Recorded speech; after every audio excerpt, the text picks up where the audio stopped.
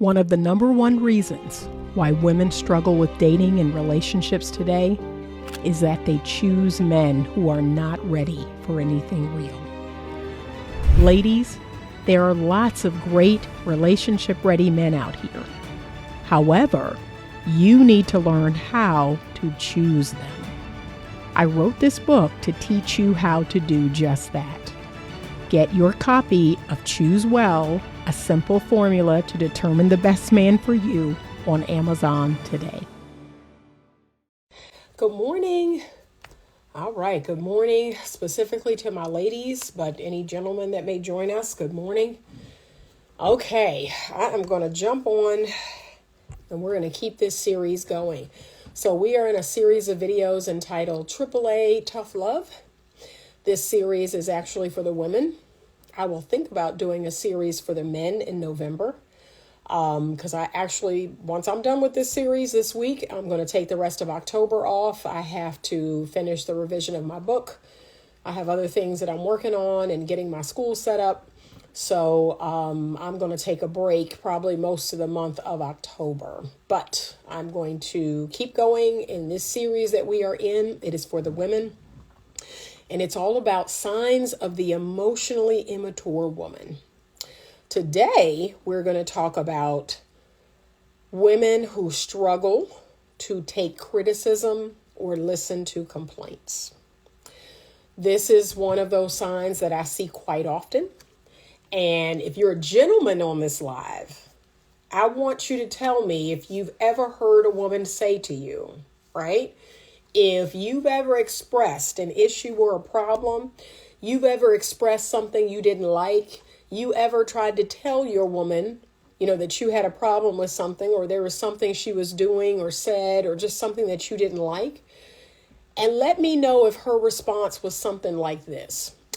Why are you always crying? Why are you always bitching? Why are you always complaining? Good morning, driver 2474. Why are you always, why are you complaining all the time? Why are you always? Okay, so that is her way of trying to deflect your criticism or your complaint. And I know it's the truth because y'all keep forgetting. I see couples, I see men every day, all day, for the last 10 years in my coaching practice, in my counseling practice. I know that's what men hear. But understand this, emotionally immature women struggle to listen to a complaint or a criticism, especially about them. Especially about them. You better not say anything about their cooking, their cleaning or lack thereof, their lovemaking or lack thereof, how they do the kids and how they talk to you, because you're going to get a deflection. You are going to get your character assassinated. You are going to get some sort of pushback, some sort of shutdown. And what's sad is most of you all will shut down. Most men who've tried to bring an issue to their woman, they've tried to bring a criticism or a complaint, and they get those responses that I just said, they just shut right on down. They just like, well, I'll never bring that back again. I'll never say nothing again. And guess what, gentlemen? That's to your detriment. That's where men need to get stronger. You need to push through. You need to keep bringing it up. You need to, whatever deflection or tactic she using, you need to consider it so what? You need to keep talking. Okay, that's where I get on the men. You all, fall by the wayside. You all give up too easy. No, you need to keep talking. You need to keep bringing it up. Okay? All right, he said, my wife is definitely a narcissist the moment I criticize her. She brings up a failure of mine in the past. That's a deflection technique. See, I got a way in my back pocket to keep you from coming for me. That is the sign of an emotionally immature woman. Okay, so if you've ever messed up, if you've ever had a flaw or a failing, if you've ever done anything, that's the first thing I'm going to do. The first thing I'm going to do is throw up in your face something that happened 10, 20 years ago, 5 years ago, 2 years ago. I'm keeping that in my back pocket just for an occasion such as this. So y'all need to stop falling for it. He said that's her knee-jerk reaction. Yeah, because you are dealing with an emotionally immature woman. Emotionally mature women. It stings. It's not that it don't sting. It hurt us. It sting us. But we say, okay, tell me more about this. Or I wonder why you say that. Like, we ask questions and we try to understand and we try to see your side. We try to see your part, right? That's what emotionally mature women do. But emotionally immature women, they love doing the tit for tat. They love saying, but you do, and you. They love doing that. Okay? Deflection and redirecting. That's it. That's it. So, yeah, it's usually that's unconditional love, or why do you need me to baby you? Yeah. That's not unconditional love. Okay. Yeah. I wanted y'all to chime in because I know y'all hear it. I know y'all hear what they say. So first of all, sir, you let her know there is no such thing as unconditional love amongst adults. Relationships are conditional. We need to, first of all, let that fairy tale go. There are things that if you do them to me, I'm going to leave you clean alone. Okay?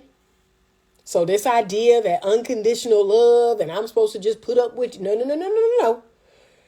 Let me go here. You ready? Y'all really not going to like this one.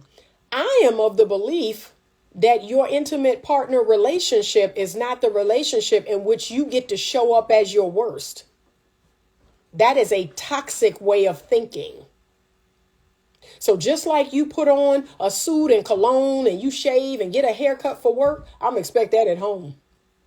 So just like ladies, you put on makeup and put on a nice outfit and high heels and you get your hair done for work, I'm going to expect that at home. Just like you know how to hold your tongue in front of your boss or your supervisor and you ain't snapping and you ain't cussing at work, I'm going to expect that at home. So I do not believe that when you come home, especially if you are in a relationship, this idea that you get to show up as your worst possible self, oh no, oh no, ma'am. That you get to take all that off and you get to put your hair in a ponytail and wear sweatpants and no makeup or the stupid bonnet. There are some men that I have seen in my practice. This is a God's honest truth. He said, Anita, I have never seen my wife's hair at home without a bonnet on it. The only time I see what my wife's hair look like is when she outside of the house. The second she get home, she put her bonnet on, she put her slippers, her pajama pants, or whatever the in-home outfit is. That's completely unacceptable in my opinion. Completely unacceptable. So the world that don't even know you like that has not chosen you, that don't love you like that, they get the absolute best of you and you get to come home and give me the worst? Oh, no. Anita, don't. That's some toxic mess right there. That's some toxic mess. And look, people used to get on me when I was young about this whole burping and farting and just all this stuff in front of your partner. I just don't believe in that. I don't believe in letting myself go and letting it all hang out in front of my intimate partner. I just don't. I told y'all this many times in other videos. My husband of 6 years never saw me sitting on the toilet. He would tell people when we would have parties or we would go over to friends' houses, I don't know if Anita go to the bathroom. I don't know what she doing. Sometimes I hear her peeing through the door, but I'm gonna be honest. I don't know if she do number two because you never gonna see it. Ask any man. I really wish I could have a line of exes. I really do. There's days where I'm like, man, I wish I could call all my exes and say, have you ever seen Anita use the bathroom? Have you ever seen Anita shave her legs or shave her, her intimate area? Or have you ever seen Anita pluck hairs from her chin? Or have you ever seen, like, seriously? And they all gonna say no. No, I don't know how it happens or what happens, but no, Anita does not do any of that in front of me. I sure don't. When I go into the bathroom, that is my personal time. I lock the door every time. I don't want to get that close. Can I be honest? I don't want to get that close. There are some things. Now, this is what I honestly believe. I believe that if you want to be yourself, right? I want to be the real me. You need to do that when you alone. Now, see, I done lost some people with that one, but that's the truth. This idea that you're going to act a fool in front of your intimate partner, that you're going to look your worst, that you're going to fart and you're going to burp and you're going to eat with your hands and you're just going to be the worst version of yourself in front of your intimate romantic partner. Make that make sense. Your intimate romantic partner, the person who loves you, the person who's investing in you, they get the worst of you. And everybody out in the world get the best of you. Absolutely not. Absolutely not. Okay? All right, I'm going back and look at y'all's comments. He said, oh, it's a girl, it's a lady. Preach, that's for God and parents. Exactly. Exactly. Okay? And look, I don't even do some of that stuff in front of my mama. I think I have gone to the bathroom, if I'm being honest. I have gone to the bathroom in front of my mama because there was a time where I was pregnant. And I think it was with the twins. It wasn't with my first daughter because my mother wasn't there for the birth of my first daughter. She was there for the birth of my twins. And, you know, they had me hooked up and I was like, I gotta go to the bathroom. And I did. I got up. My mama helped me to get to the bathroom. My mama helped sit me on the toilet. That's my mama, y'all. That's my mama. Even then, I was like, nope, we got it. I told my husband, I said, nope, we good. Again, I never lost that streak.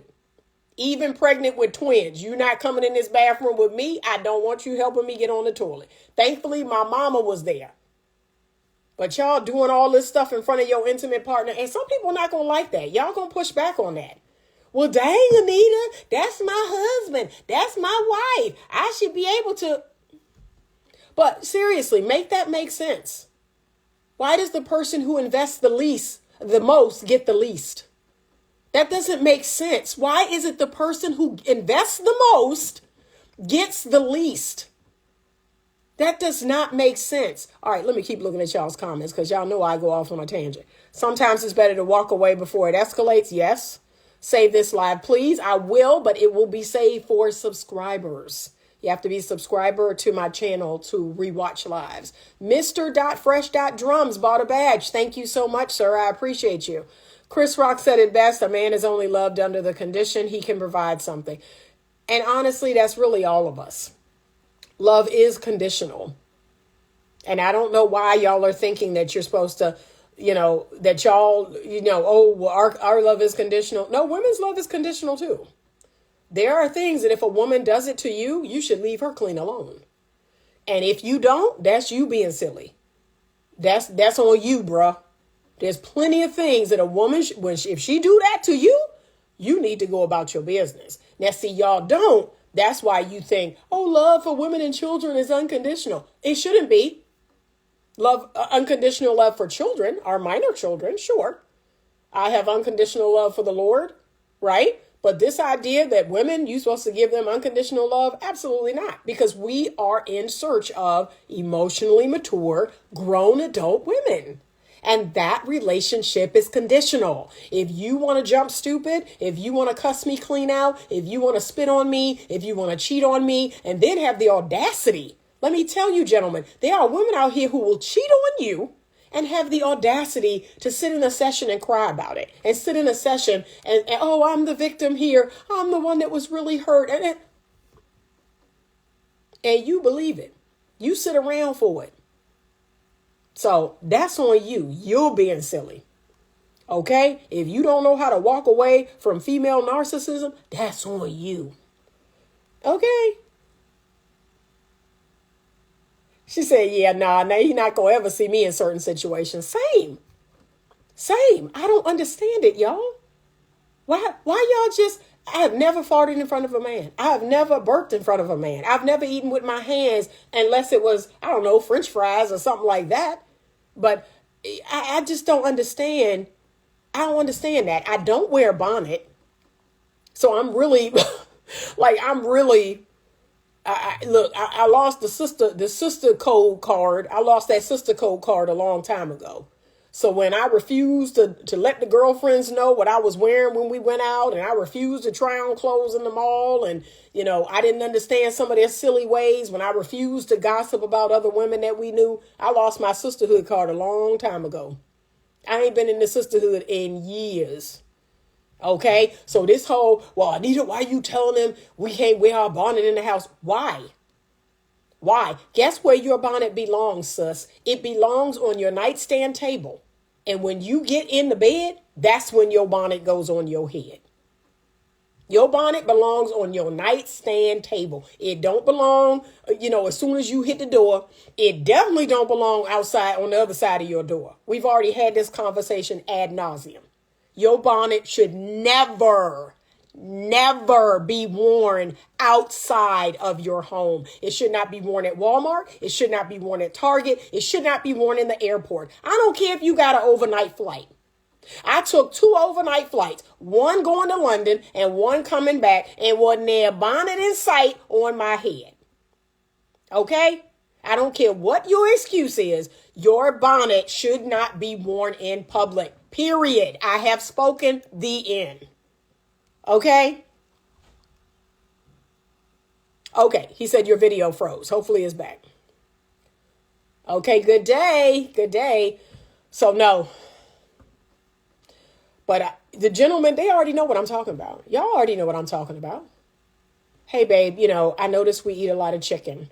I noticed that we've had chicken like 4 days in a row. Is there any way? You know what, y'all? My internet. Hold on. What is going on with my internet? It's the internet. The internet is like very weak, and I'm not sure why. But you say to a woman, let's see if it gets better. You say to a woman, we've had chicken multiple days, right? And here she goes. She going to start tripping about, well, you bring home dinner, you make dinner, this and that, blah, blah, blah. Okay. And you know what I'm going to say? You know what I'm going to tell you to say to that? Okay. And I will. I will bring home something different, or I will make something different. Okay. However, I'm just curious. See, this is where you get curious. However, I'm just curious. Am I able to make requests of you? Am I able to request that we have something other than chicken? That's it. That's all I'm doing is making a request. Okay. So yes, you should be able to make a request, right? You should be able to tell her, hey, I'd love spaghetti. Your spaghetti is great. Or I'd love to have this, or I'd love to have that. Yes. She said, what's wrong with just asking him, what would you like instead? Exactly. But we're talking about the emotionally immature woman. She's not able to do that. She takes any criticism or any complaint personally. She takes it as an affront to who she is and what she does. Emotionally immature women, this is how they operate. And so because they're not emotionally mature. Oh, Lord, he said a bonnet during lovemaking can be a turnoff. Oh, my God. I can't even believe that's happening. Like, that's wild. That's wild. Like I said, I feel for y'all. I really do.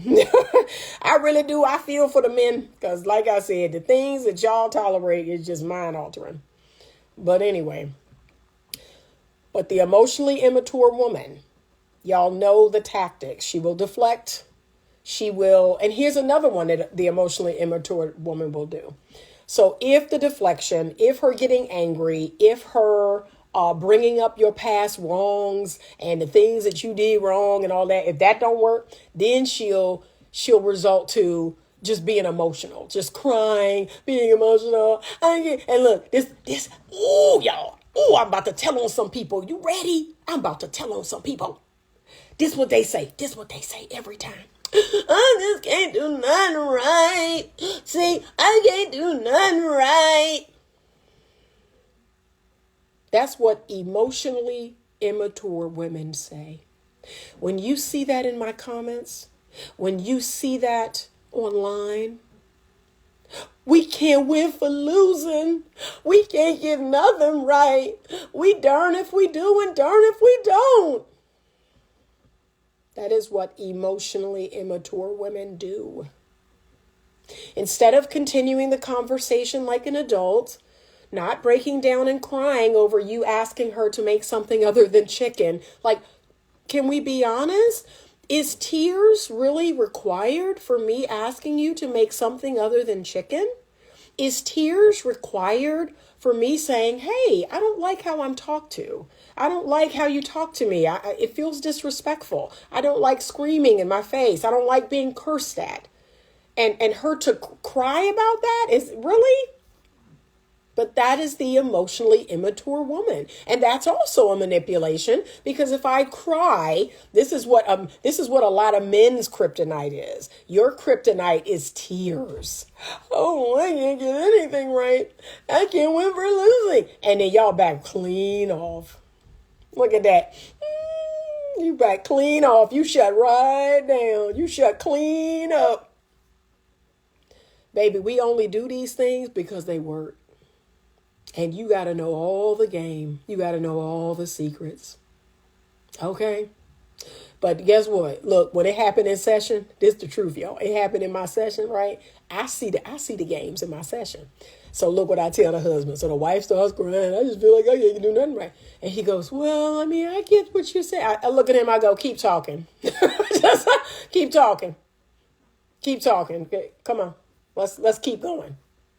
Because that don't work over here. That don't work over here. I know all them games. I know all them manipulation tactics.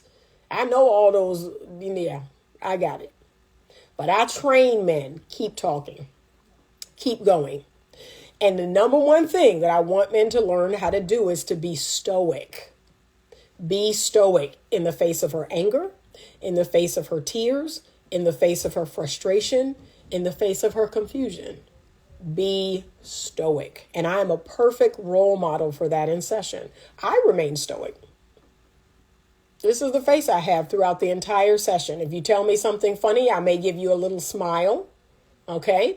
If you tell me something, very tragic, oh my gosh, I can't believe that happened.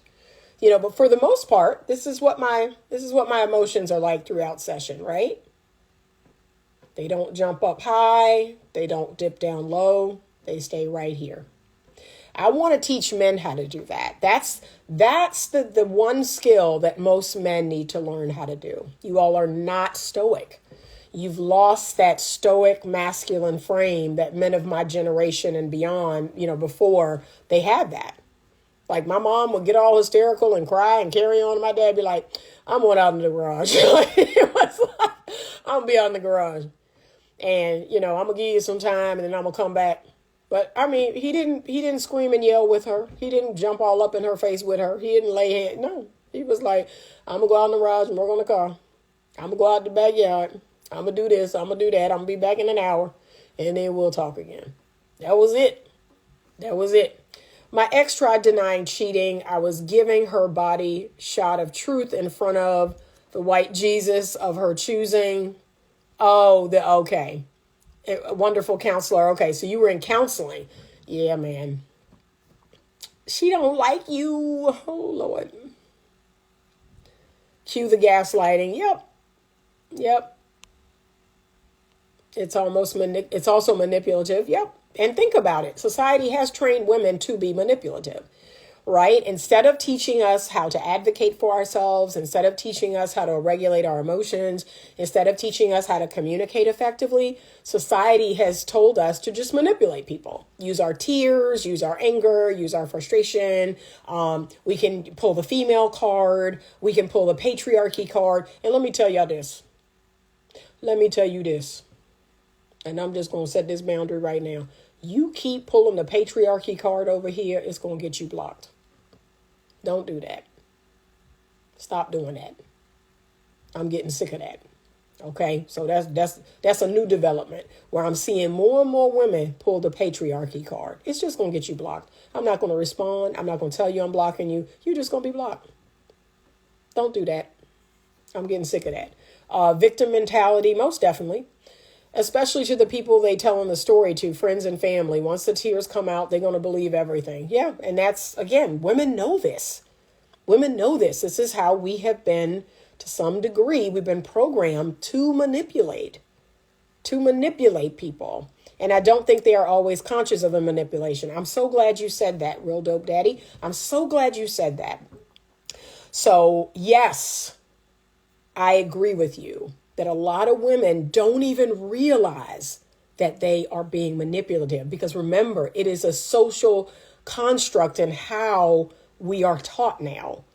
Like, women are not taught to be accountable and responsible. Women struggle with criticism and complaint, right? They are told they're the fairer sex. They have been pedestalized for eons. And so in their mind, they're always going to think that men are the problem. Men are the problem. That's what we're hearing over and over and over. And that's why they love the patriarchy card. They love that card. It's like the race card, right? Some things ain't about you being black. Some things ain't about you being a woman. Some things are about you being an asshole. Okay? Like, hear me on that. Right? And everybody's not a narcissist. Some people are just assholes. Some people are just not very good people. Some people are emotionally immature. And that's why we're talking about this. But gentlemen, you have got to learn how to deliver criticism or complaint in a way that's constructive, in a way that's, mature and stoic, right? So I'm going to give you some good examples. And ladies, you all have got to learn to let it land. Just let it land. There was a time where I was doing this work where I recognized, oh my God, I've been taught to manipulate, right? When I figured it out, I was like, oh, that's a manipulation. That is a passive aggressive manipulation. And people always say this to me. How did you become such a overt communicator? How did you do that? How did you become such a good advocate for yourself? And this is how I figured out that I was being trained to be manipulative. I figured it out. And then I just grew up. I just became emotionally mature. And I decided, you know what? I don't need to play games. I don't need to pretend to be one thing when it's really another. I don't need to use tears or any of that. Now, there are times where the tears come and they're genuine. But for the most part, no, I don't need to be in my feelings all the time. I actually have a logical mind. I have a rational mind that I could pull from. And that's when I started my journey of, okay, being more stoic, regulating myself emotionally, figuring out that everything is not about me. Everything is not personal. I released all the shame I had in my body. That's a lot of women. A lot of women carry a lot of shame. That's why they're so sensitive to criticism. They think that because they make chicken 4 nights in a row, that makes them a bad person. No, it doesn't. It makes me a busy person. It makes me a person that just, keeps taking out the same thing in the freezer, right? I'm not a bad person because I made chicken 4 days in a row. It makes me an unaware person. It's making me mindless. Like I'm just mindlessly reaching for whatever's in the fridge instead of being more mindful. Let me mindfully, so this is what I do every week. I mindfully go to the freezer. I look and see what meats we have. I try to make some sort of plan for the week. And then I go to the grocery store Sunday afternoons. I've already told y'all that's the number one place to find single men, Sunday afternoons between 3 and 6. Okay, so I go to the grocery store and I plan meals, for the week around what we have. And then I might get something different. See, that doesn't make me a bad person. I just need to be more mindful. But they take it, every criticism, every complaint, they take it as a personal affront. Okay, Mr.Fresh.Drum says, is being stoic, flippant, or dismissive? No, being stoic is simply remaining calm, remaining neutral, right? There's no extreme highs and there's no extreme lows. It just is. Being stoic is like facts. It just is. Okay? And you manage people much better when you're stoic. Let me read this to you all. When emotions are high, intelligence is low. Really let that sink in. And women need to let that sink in. When your emotions are high, your intelligence is low. You're not thinking. You're not using that prefrontal cortex. The car is being driven by your amygdala. And a lot of y'all get yourself into trouble doing that. You get yourself into all kinds of trouble being led around by your emotions. Okay, so it's simply a neutral stance. It's just a neutral stance that says, okay, that's it. I would love to hear more about Stoicism because I've been told I was cold. Now, there is a difference, right? There is a difference between being cold and being stoic, because Stoicism is something that I turn on, especially when emotions are high around me. That's the number one time that I use it. But if there are no negative high emotions, I don't need to use Stoicism. I can smile, I can laugh when I'm happy, and I can be grumpy or sad when I'm sad. But when other people are not in good control of their emotions, that's when I use Stoicism. It's just like police officers. Police officers use Stoicism when they're approaching your car. They don't approach it super angry. They don't approach it super happy. They are stoic. So there are instances in which you use Stoicism. But do I expect men to never smile, never laugh, never, be funny, never be sad, be angry? Of course, you will be all of those things. But you'll also know how to use Stoicism. Stoicism is a wonderful tool, especially when you're dealing with women, because most women don't know how to be stoic. They don't have a good hold over their emotions. They are horrible emotional regulators. Being raised by single mothers, we men learn to be emotional at an early age. I agree. You're getting that directly from the female. No, it's about maintaining your emotional frame while continuing with the topic at hand. Exactly. You can be stoic and have empathy. Most definitely. Yes. Because again, think about it. I'm a therapist. I'm a therapist in a therapy practice. I am very stoic within session, but I am also incredibly warm, incredibly empathetic, incredibly kind to my couples. Okay, so all of those things work together. But at no point am I going to hear something crazy and just, oh my God, I can't believe you did that. I can't believe, who does that benefit to get all overly emotional? It doesn't. I have to remain relatively stoic.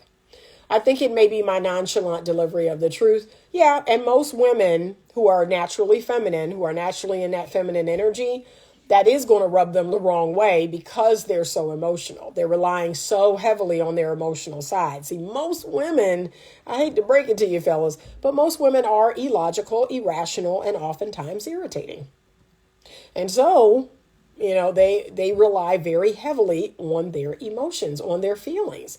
And for them, their feelings is their real experience. Like, they don't know how to access their wise mind. Now, I do teach this to women, and it's something I'm going to teach in this series, which is we have to be willing to access our logic as well as our emotions. Okay, as this series continues, I'm going to give some good tools, some DBT tools. DBT is the therapy I talked to you all about that I think every Black person needs to go through.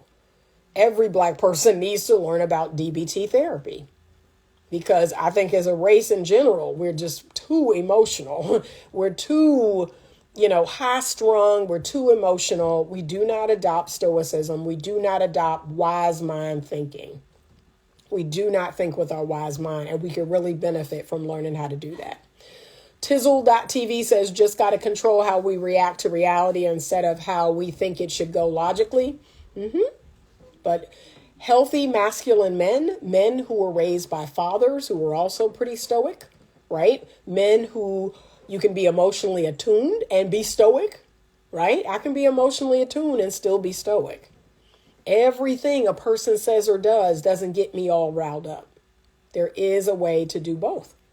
To say, okay, what's going on? Tell me what's happening, right? And it's just like first responders. First responders are great at being stoic. They cannot come on the scene of a crime or of an accident or something horrific and just start losing it.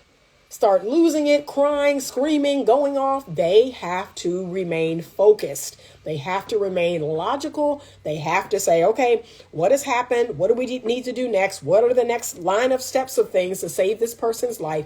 Like, they can't react. They have to stay relatively stoic.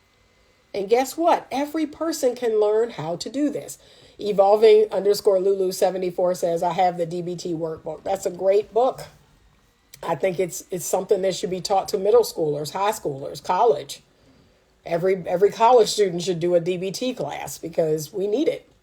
It's 8 billion people, so it's 8 billion worlds. Got to listen to learn people, especially when you want to influence them. Whew, it sounds exhausting, but I get it. Sounds exhausting, but I get it. But that is the reason why you all know me, and you know that I believe that there should be some universal truths. There should be some societal norms, because trying to learn 8 billion people sounds exhausting. There should be some things that the majority of us agree are truthful, right? What's really sad about our world is it is growing more and more individualistic by the day. That is not a good thing. You all think it's a good thing. It's not. And it is this belief that because everybody's an individual and everybody's different and we got to, fit ourselves to all these different people. No, baby, there are some things that are universally truths. Okay, universally truthful. Okay, at one point, and this is making me really sad. At one point, we believed as a society as a whole, I would say 99% of us believed that pedophilia was bad. Right? We believe that it's bad, that it's a crime, that it's there are people that believe it's a crime punishable by death. Right? We did not play when it came to our kids. We are now in a sick world state where there are people, a growing number of people, that think that pedophilia is like LGBTQIA, that, oh, that's just a person's preference. That's just what they like. That's sickness. That's sickness. Okay. So how you feel about that is how you feel about it. But that person's sick. And the fact that most of us, we no longer see children as vulnerable. We no longer see children as a reason for, I need to be really careful about who I sleep with. I need to be really careful about who I have unprotected sex with. This whole abortion frenzy, this whole abortion craze that all these women now want to have a right to an abortion. Most of those women will not have an abortion. But because that's what you're told to want, you got to support abortion and you got to be in charge of your body. Okay, be in charge of your body and stop letting dicks in it. How about that? That's called being in charge of your body, right? That's being in charge of your body. Stop letting dicks in your body. Stop letting unprotected dicks in your body. How about you control that part of your body? But no. You want to control the part of your body that says, I can go somewhere and get my baby sucked out, or I can go somewhere and take a pill. So make that make sense. So you don't want to be in control of your body on the front end. You just want to be in control of your body on the back end. Make that make sense. It don't. So sometimes I got to give it to y'all raw and real because it don't make sense. It don't make sense. You don't want to have any responsibility about who you sleep with, what you do out here in these streets. But then when you get, oh, I'm pregnant, I don't want the baby, and I don't want the government, or I don't want the state or whoever to tell me I can't get an abortion. But you was perfectly fine out here doing what you was doing. Oh, and heaven forbid somebody like me tell you that you shouldn't be out here, letting just anybody be inside of your body. Heaven forbid. So you don't want me to tell you to not have no abortion. You don't want me to tell you who to let in your body. You just want to wild out. You just want to do whatever. It don't make no sense. It don't make no sense. So y'all gonna make me go off on a tangent. So I'm trying to reel it on back. All right. So ladies, let me give you some tools. Let me give you some tips, because I never want to leave you all without solutions. Ladies, if this is something you find that you struggle with, I really struggle with accepting criticism. I really struggle when my boss does it. I struggle when my friends do it. I struggle when my parents do it. I struggle if my kids tell me anything. There's women out here, like I said, they'll go off on anybody. If their kids say, I don't like this, or you combing my hair too hard, they'll go off on them. Then they'll go off on their friend like, hey, girl, you talking to your husband a little crazy. Don't tell me what to do. They'll go off on them. They'll go off on their mama. They go off on their parents. But here's the thing. If you going off on everybody, it's you. It's you. If you find that you can't get along with nobody wherever you go, baby, it's you. It's time to look in the mirror. You are the issue. And guess what, though? Guess what? If you never heard this before, you may be the issue, but you also the solution. You are the solution. Only you can make a decision that, you know what? I'm going to release the shame. I'm going to release the ego, right? I'm a human being. I'm a good person by nature. And I make mistakes. I don't always get it right. That's the first thing that you say. I make mistakes. I don't always get it right. I don't know everything. Let me open myself up to some constructive criticism. Now, I'm not talking about name calling and people just destroying your character. I'm not talking about that. But if your man say, hey, we've had chicken 4 nights in a row, it'd be nice to have something different. Okay. And look, you got anything in mind? Because I'm tired of all the meal planning. What would you like to have? Right? And if he didn't come back with something concrete, I'd be like, hey, when you know what you'd like to have, come and let me know. I'm happy to make it. But I'm tired of making all the plans for everything we eat every day, all day. But be open. Be open to, okay, what would you like to have? See? And if he's like, yeah, it'd be nice to have steak. It'd be nice to have chili. It'd be nice to have spaghetti. It'd be nice to have pot roast. See? Okay, done. Done. That's it. But release the shame. Release the fact that just because a person is giving you constructive criticism, just because they have a complaint, that doesn't make you a bad person. That doesn't make you wrong. Y'all get caught up in that non-dialectical thinking. You think it's either right or wrong. No, it can be and. It can be and also. However, and, right? It don't have to be either or. Okay? And really ask yourself, what is triggering me about this? Why do I feel so triggered? Why do I feel so defensive? Like, question yourself. I'm feeling really defensive right now. I'm feeling attacked. I hear that a lot from women. I'm feeling really defensive. I'm feeling attacked. I'm feeling shamed. I'm feeling like I'm wrong. Okay, that's all valid.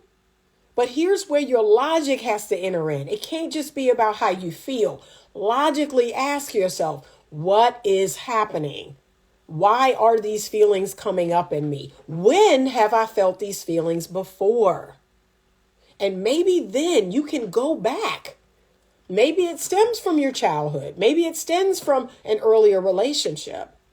But try to see if you can put your finger on what is happening right now. Why am I feeling attacked? Why am I feeling so sensitive? Why am I feeling so defensive?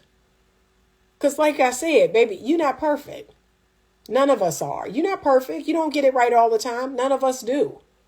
And we need to breathe that in more. We need to breathe in the fact that we're going to make mistakes, that we're not going to have all the answers. We don't know what we're doing. Breathe that in more.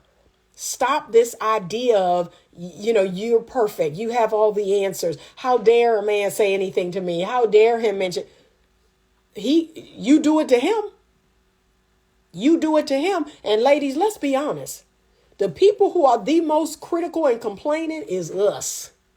It's us. Men barely say anything. That's why when they do say something, I tell them, push through, keep talking. Because they barely say anything, because they are so peace loving, right? And so they think that if they say something, it's going to get something started. Here we go. I ain't trying to hear her mouth. So they barely say anything for peace reasons. But guess who be doing all the talking? Guess who be doing all the complaining? Guess who be doing all the criticizing? So in my world, that means that you can dish it out, but you can't take it. That's what that means. But hey, if I can give it, I can receive it. Okay, and I can give it. I can also receive it. I can acknowledge when I'm feeling triggered. I can acknowledge when it's a sensitive subject. I can say, oh, that didn't feel good, right? Like maybe that's helpful. Just acknowledge that, I'm feeling a little shame come up, or I'm feeling a little, insecurity coming up. See, be willing to own it.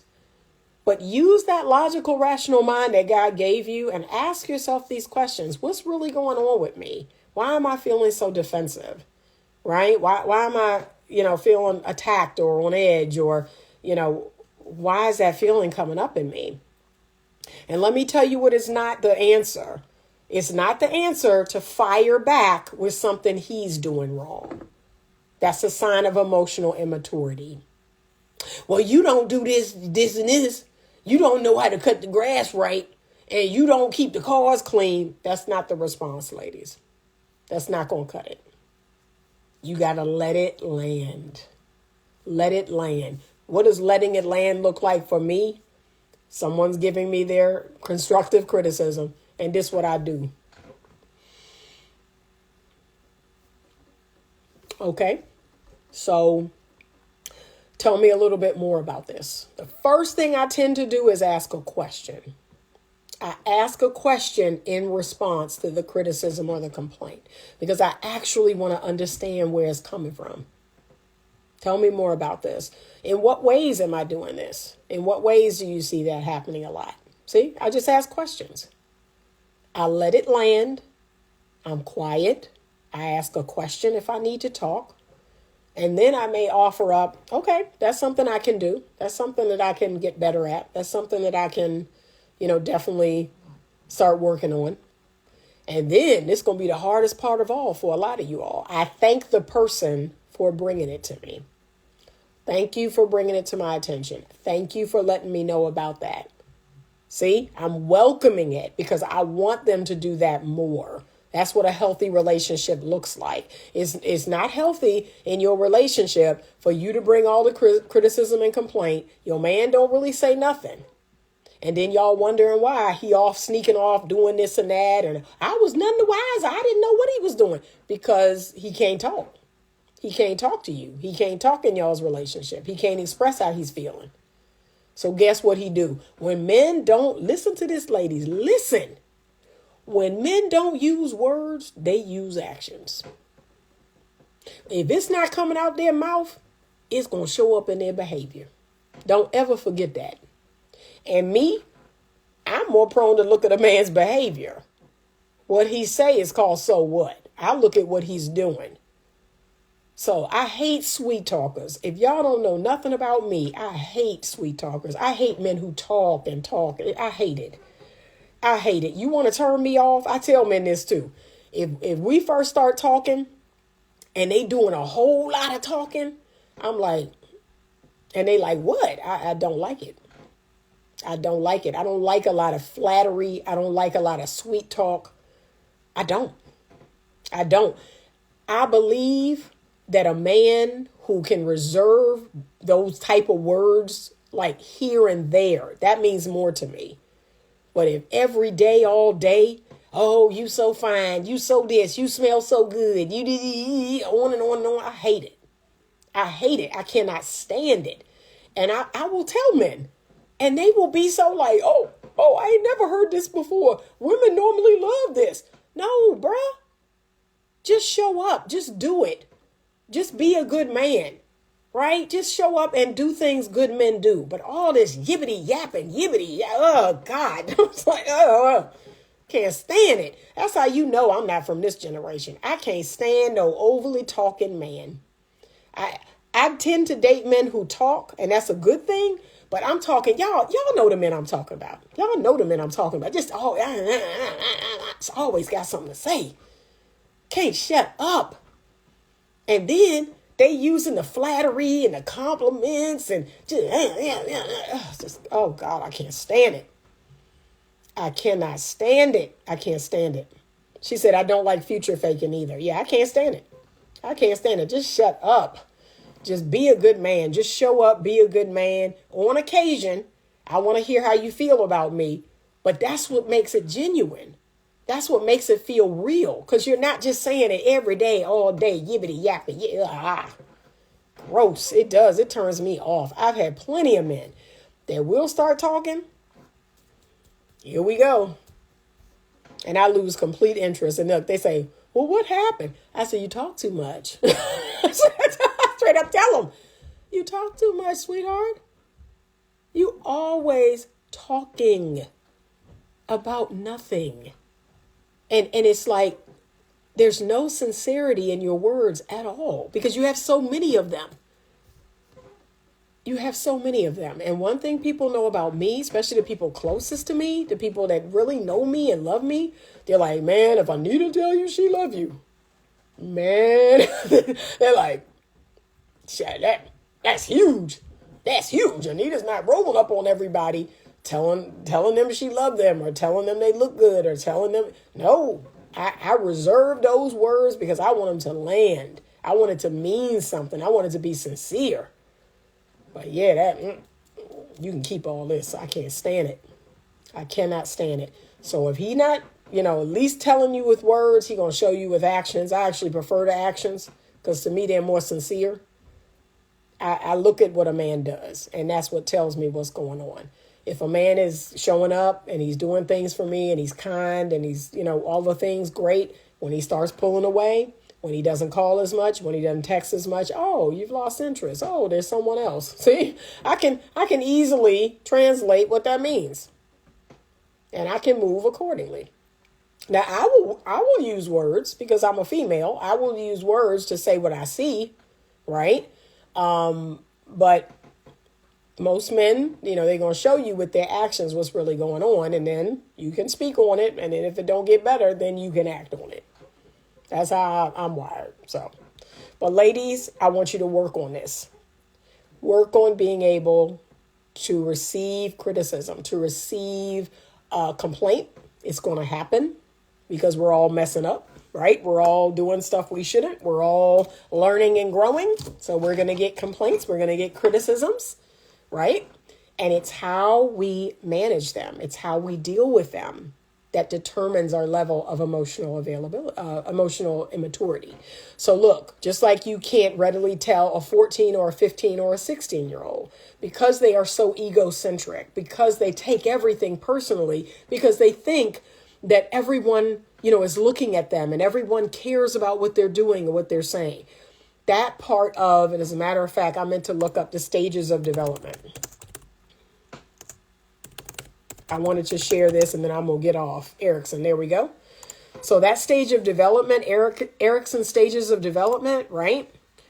That is those teen years, identity versus confusion. That's stage 5, right? We are so egocentric. We think everything is about us. It's not. We take everything personally, right? And so, yeah. We're trying to figure out who we are and what we're about. And, okay, yeah, that's 12 to 18. Okay. Who am I? The basic virtue is fidelity, important events, social relationships. So a lot of people get stuck in that. A lot of women get stuck in that. They get stuck in that developmental stage. And they that's what the whole mean girl syndrome is, and the cliques at work and all that other foolishness, right? When you're supposed to go on to stage 6, which is intimacy and isolation. You're supposed to learn how to be in relationships with other people. The basic virtue in that stage is love. Some of y'all ain't never get to that stage. You still stuck in stage 5. Okay? Intimacy versus isolation. Will I be loved or will I be alone? The important event is romantic relationships. Okay? Developing close, committed relationships with other people. That's from 18 to 40. Intimacy is all about allowing another person to see you and know you deeply. Right? It's not sex. Y'all keep confusing sex with intimacy. That's why I always say sexual intimacy. But intimacy, emotional intimacy, is just allowing another person to deeply know you and you know them. Okay, so the stage 5 is from 12 to 18. Stage 6 is from 18 to 40. I'm in stage 7. See, I'm in stage 7. That's why I'm an emotionally mature woman. Okay, that is middle adulthood. Generativity versus stagnation. We need to have purpose. We need to have a reason. We need to give back. That's the reason why I created this platform, to give back, to help other people, to lift other people up, right? How can I contribute to the world? That's the question. So basic virtue is care and empathy and compassion. And then the important events are parenthood, work. People retire around this stage, but we're going into the next stage too. So developing relationships with families, making commitments to other people, mentoring others. That's the stage I'm in. Contributing to the next generation. That's why when you see a 50-plus-year-old person that's trying to do what 20-year-olds do, that's an immature person. That's not even that's not the stage they're supposed to be in. They're not supposed to be doing none of that. They're not supposed to be at the club. They're not supposed to be at the bar. They're not supposed to be smoking hookah. They're not supposed to, no. Okay? And then the last stage, stage 8, 65 to death, integrity versus despair. Okay? Did I live a meaningful life? All right? So wisdom is the basic virtue. Reflecting back on life. Y'all got to study these stages, but a lot of y'all are stuck in stage 4 or stage 5. Right? And look, stage 4 is when you in middle school. It's people stuck in middle school stage. How can I be good? Industry versus inferiority. Competence is the basic virtue. But a lot of y'all stuck in that. Good versus bad. And you think that somebody giving you criticism makes you bad. No. When you're an adult person, someone giving you criticism or a complaint is helping you to get better. They're not stamping you as bad just because your husband says, hey, we've had chicken 4 nights in a row. Bad. That's not what's happening. Hey, let's plan our meals better. Let's mix it up. Let's have different stuff. That's it. And your little mind is interpreting bad, wrong. That's how you know a person is emotionally immature. They have black and white thinking. There is no dialectical thinking going on. Okay? So ladies, we have to grow. Some of y'all are stuck in stage 4 or stage 5. And you should be in stage 6 or stage 7. Keep going and keep growing. Yes, I've said a lot of black women act like they're 8 to 14 years old. You're right. You are right. And I see it. And look, I don't want nothing to do with them. I don't want nothing to do. Look, I get into these groups. I get into these different organizations, right? And the first thing I do is keep quiet. Soon as I enter into a new organization or I start a new board or I get into a new group of people, I keep quiet.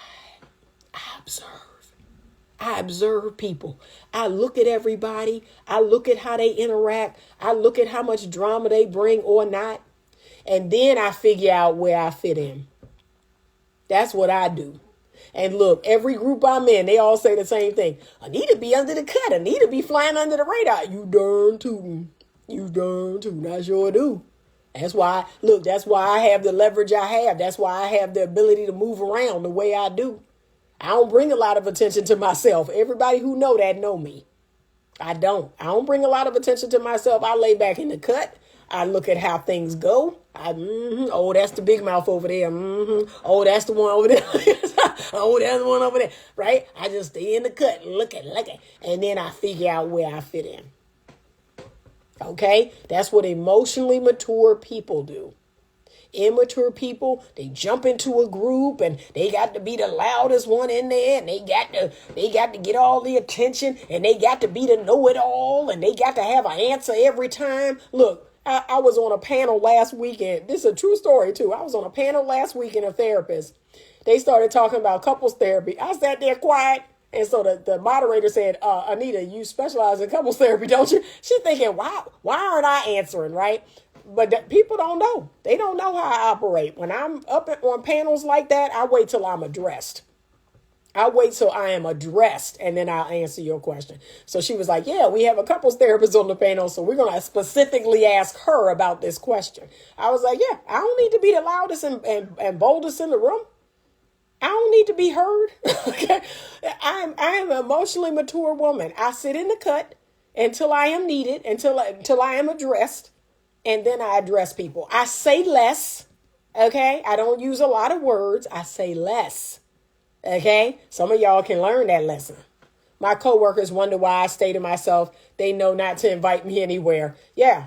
And don't get me wrong. I don't want to be, I'm not the type of person that wants to be antisocial, right? I work within a suite of therapists in our building. So there's a suite of offices, and I happen to have one of those offices. 2 weeks ago, we all went out to a dinner. We went to a clinician's dinner, and I attended that dinner. But again, I'm not antisocial, but I do lay back in the cut. I speak when I'm spoken to. I make sure that I use my words as seasoning, right? My words, my thoughts, my ideas, I season it. It's like shaking salt everywhere. Salt. No, I season, I season conversations here and there.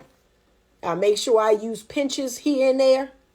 Some of y'all just be salting up the room and wondering why people are turned off to you. That's all. I would associate with a very select few. I agree. Because I'm not for everybody. And look, I be telling people that. I ain't for everybody now. I try to warn them. And then when they ask me these tough questions about abortion or who to vote for, and I open my mouth, they're like, oh, okay, I see what she was talking about. I tried to warn your tail. I'm not for everybody. I ain't for everybody because I'm going to give it to you. Especially if I'm asked. Especially if I'm asked, y'all. If somebody asks me, you finna get it. Now, I don't offer my opinions everywhere I go, but if you ask me, you finna get the truth. Okay? All right, that's today's lesson on the emotionally immature woman. We will have another lesson later tonight. I may go live over on YouTube. I have not decided. But I got to get through this series in the next few days because I want to take my break. I'm feeling that feeling where, I'm feeling a little overwhelmed, and I know it's because I need to pull back from social media. So I went in today. I left all of the Facebook groups that I was in. And I was in a few Facebook groups as a moderator.